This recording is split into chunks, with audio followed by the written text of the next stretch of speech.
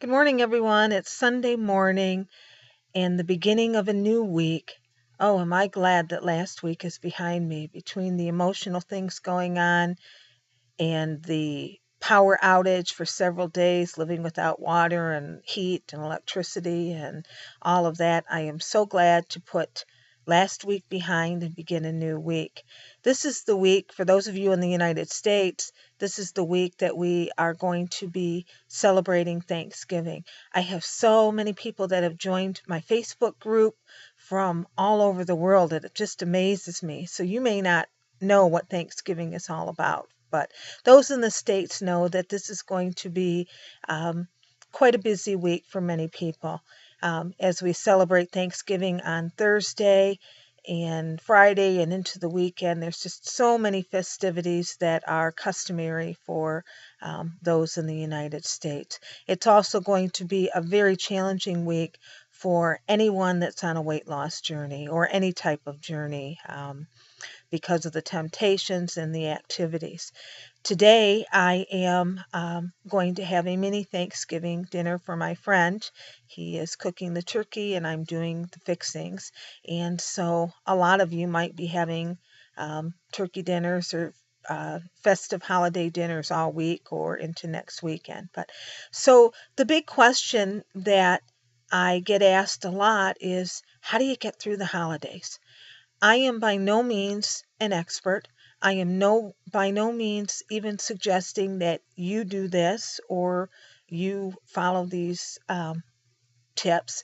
I'm just simply going to share with you how I have managed the past two Thanksgivings and how I'm planning to get through today's dinner and Thursday's dinner and the family gatherings that will follow next weekend without going off plan.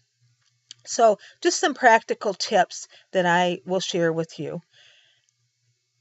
In terms of menu, my sister's hosting Thanksgiving dinner today, and it will be customary to have the turkey and the baked potato or mashed potatoes and gravy and all kinds of side dishes and such. In addition, there'll be just oodles and oodles of desserts and appetizers and such. A real challenge for people on a diet or a journey. I will be bringing my own food, much of my own food. I, of course, will eat turkey, and I will ask my sister to take some mashed potatoes out before she mixes the butter and the sour cream and the heavy cream and all of the things that she puts to make them extra special. And so I'll have her scoop me out a little dish. And I will be able to eat those with spray butter. I may elect to use a little bit of gravy, but what I typically do when I have gravy is I will put a little bit of it, just a few tablespoons in a side dish someplace, and I use my fork. So I'll dip my fork into the gravy and just spread it very lightly or put it on my fork and take a couple bites. I won't eat many potatoes. There will be lots and lots of side dishes there, and I'm going to avoid the temptation for the green bean casserole and the cheesy vegetables and cauliflower and all of the corn dishes and such.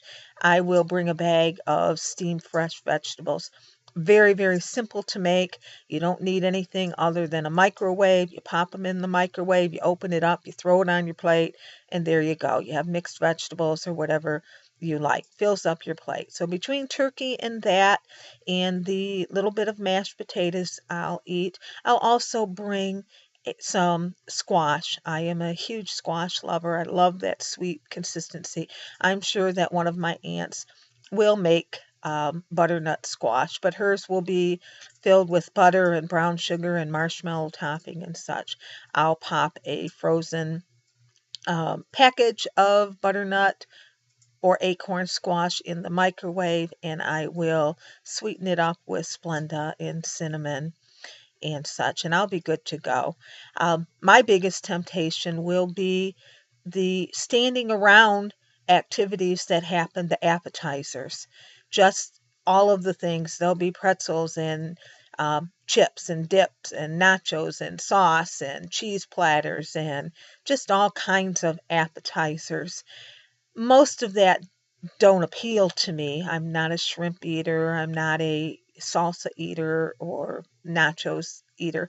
But the fact that people will be standing around the island in the kitchen and just eating and conversing and catching up is a time when we are very mindless of the amount of calories we consume. I'm not a big fan of the raw vegetables on a vegetable tray even, so that won't be an option. I may elect to bring some fruit or a low calorie dip of some sort.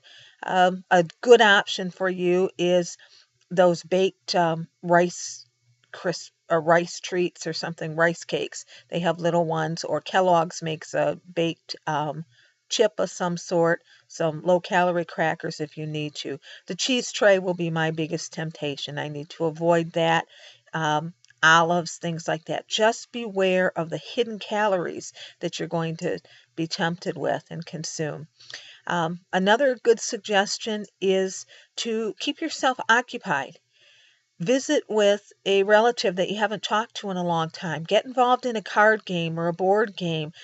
Read a story, or talk to one of the younger children there, the nieces or the nephews, about what they want for Christmas. Look at the sale papers. Keep yourself occupied so that you're not sitting around, standing around, um, just mindlessly eating.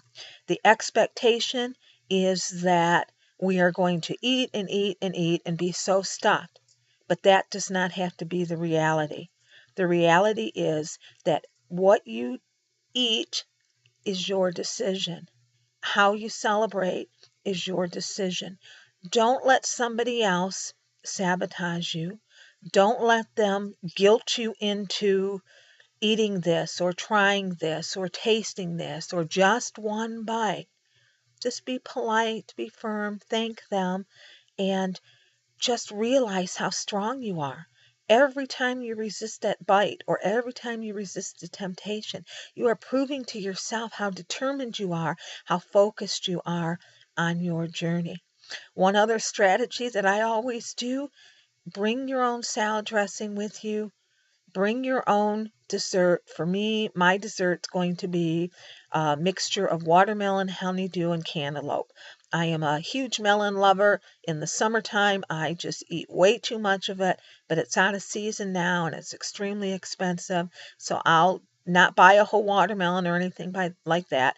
I will go to Meijer's or Kroger's or someplace and get just a container full of mixed melon. And to me, that will be the sweetest dessert that I will consume, and I won't be tempted by the other things. But one other thing that I always do is wear tight-fitting clothes. Don't go with your elastic pants or your sweatpants or anything like that, just with the expectation that, oh, you're going to eat too much. Wear your regular clothes, the things you wear to work, or wear a special outfit. But if you're in form-fitting clothes, you're going to get full and you're not going to be comfortable if you overeat. So just those practical things. The number one thing: focus on emotions of gratitude, determination, and just joy.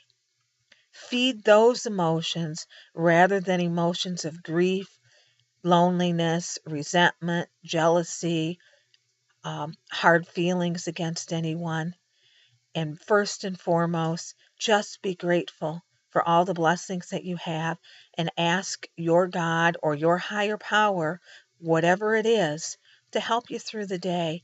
And remember that if you mess up, well, you start over on Friday. It's not an excuse.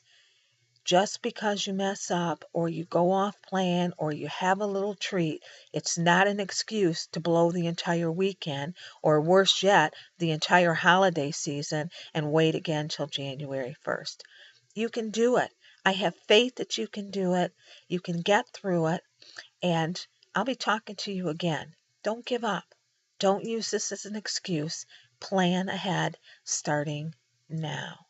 See ya. Have a great day, everybody.